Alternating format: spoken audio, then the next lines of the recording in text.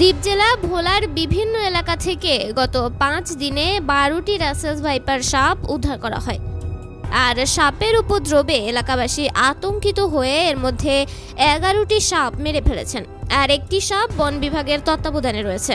ভোলা শহর উপজেলার Shibpur China EPZ বালুর মাঠে একটি, তজুমউদ্দিন উপজেলার সোনাপুরের 2 নম্বর ওয়ার্ড কাচারি বাড়ির সামনে একটি, বোরহানউদ্দিন উপজেলার টবগি ইউনিয়নের জসিম হাওলাদার বাড়িতে একটি রাসেল ভাইপার সাপ পাওয়া যায়। এর আগে বুধবার বিকেলে তজুমউদ্দিন উপজেলার চৌমোহনী এলাকায় খেলার মাঠেও এ সাপ দেখা যায়। পরে স্থানীয়রা সাপটি পিটিয়ে মেরে ফেলে।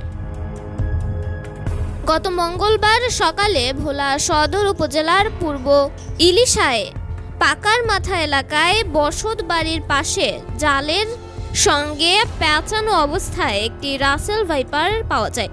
একই দিন মঙ্গলবার রাতে দৌলতখানা উপজেলার ভবানীপুর ইউনিয়নের 1 নম্বর ওয়ার্ডের জালু মাঝির বসতঘর থেকেও আরও একটি রাসেল ভাইপার উদ্ধার করা হয়। এর আগে গত রবিবার লালমোহন উপজেলার লর্ড হার্ডিঞ্জ ইউনিয়নের সৈয়দাবাদ এলাকায় একটি বাড়ির শৌচাগার থেকে রাসেল ভাইপার সাপটি উদ্ধার করা হয়। এছাড়াও দ্বীপ জেলা ভোলার একমাত্র বিচ্ছিন্ন উপজেলা মনপুরা ও সাগর উপকূলবর্তী উপজেলা চর ফ্যাশনের বিভিন্ন ইউনিয়নে আরও 5টি রাসেল ভাইপার সাপ দেখা যায়। পরে স্থানীয়রা আতঙ্কিত হয়ে সাপগুলোকে পিটিয়ে মেরে ফেলে, যার ফলে তজুমউদ্দিন উপজেলায় পাওয়া একটি সাপ বন বিভাগের তত্ত্বাবধানে রয়েছে। এ বিষয়ে জেলার civil surgeon doctor AKM Shafiquzzaman বলেন, চন্দ্রবোরা বা উলুবোরা বা রাসেল ভাইপার সবচেয়ে বিষাক্ত।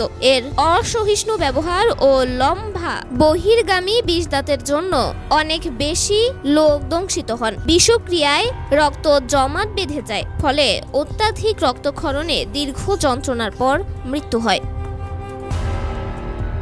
তন্নি শিকদার, দৈনিক সকালের দুনিয়া।